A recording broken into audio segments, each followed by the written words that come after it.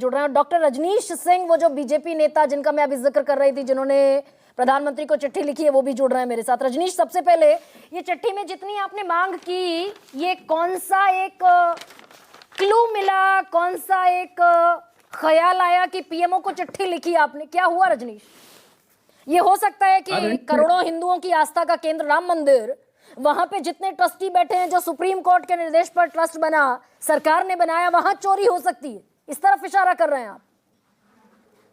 आदरणीय गरिमा जी, मैं अपनी बात यहाँ से शुरू करूंगा। ट्रस्ट का जो मतलब होता है वो विश्वास होता है।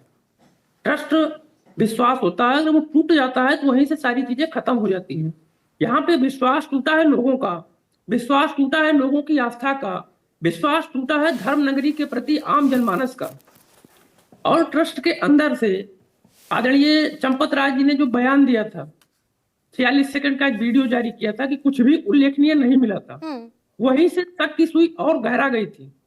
मैं विपक्ष के जब तक बयान आ रहे थे तब तक कोई दिक्कत नहीं थी, मुझे लगा कि विपक्ष का एक पॉलिटिकल स्टंट होगा, लेकिन वहां पे लेखा प्रभारी रहे महिपाल सिंह ने जब मीडिया के सामने आकर के बयान दिया कि मैं 4 साल से ऐसी गतिविधियों को देख रहा हूं, तब मेरा माथा खटका। और मैं देश के यशस्वी प्रधानमंत्री जी पे पूरा विश्वास करता हूं, क्योंकि उन्होंने कुर्सी पे बैठते ही कहा था, ना खाऊंगा ना खाने दूंगा।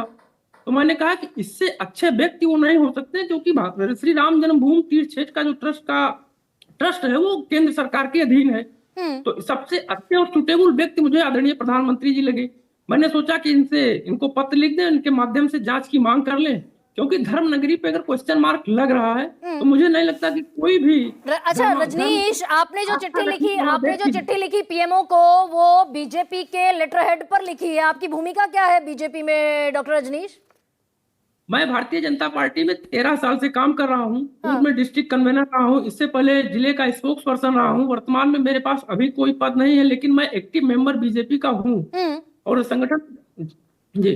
तो ये हो सकता है कि भाई, मैंने बहुत सारी तस्वीरें आज देखी, देश के प्रधानमंत्री श्रद्धा से, विनीत भाव से भगवान श्री रामलला के सामने झुकते हैं, साष्टांग करते हैं, दंडवत करते हैं, और ये हो सकता है कि राम मंदिर के चढ़ावे में, चंदे में ये चोरी हो रही हो, ट्रस्ट के लोग इसमें शामिल हो, चंपत राय की इसमें भूमिका हो।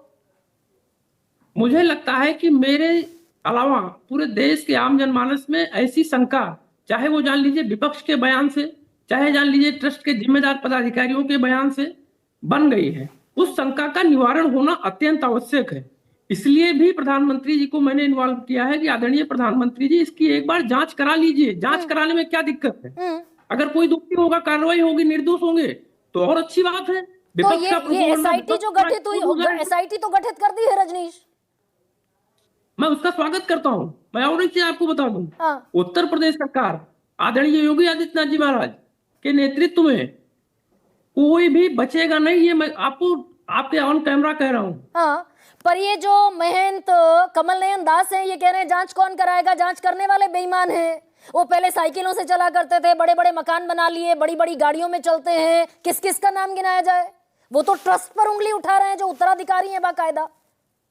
कमल नयन दास जी का बयान जो था वाकई चिंताजनक था, लेकिन उसी बयान में कमल नयन दास जी ने एक बात और कही थी। उन्होंने कहा था कि सिर्फ योगी आदित्यनाथ के ऊपर भरोसा है, वही न्याय कर सकते हैं। पर ये जो एसआईटी है, ये एसआईटी अंडर में काम करेगी उत्तर प्रदेश सरकार के, और उत्तर प्रदेश सरकार पिछले 7 दिन से इस पर चुप्पी साधे हुए है कि भाई वो जो खबरें छप रही हैं कि 5 लाख की एक रिकवरी, 20 लाख की एक रिकवरी, और करोड़पति हो गए वो लोग जो 18-18 हजार रुपए की तनख्वाह पर काम करते हैं, इस पर चुप्पी है योगी आदित्यनाथ की? कतई चुप्पी नहीं, कार्रवाई चल रही है। आप स्वयं कह रहे हैं कि रिकवरी हो रही है। रिकवरी उत्तर प्रदेश सरकार ही करवा रही है। भाई, जिन लोगों से रिकवरी हुई वो अविनाश शुक्ल से अगर 5 लाख रुपए की रिकवरी हुई तो कौन सी एफआईआर हुई अविनाश शुक्ल के खिलाफ? कौन सी अरेस्टिंग हो गई? ये सब धकेधके चल रहा है ना।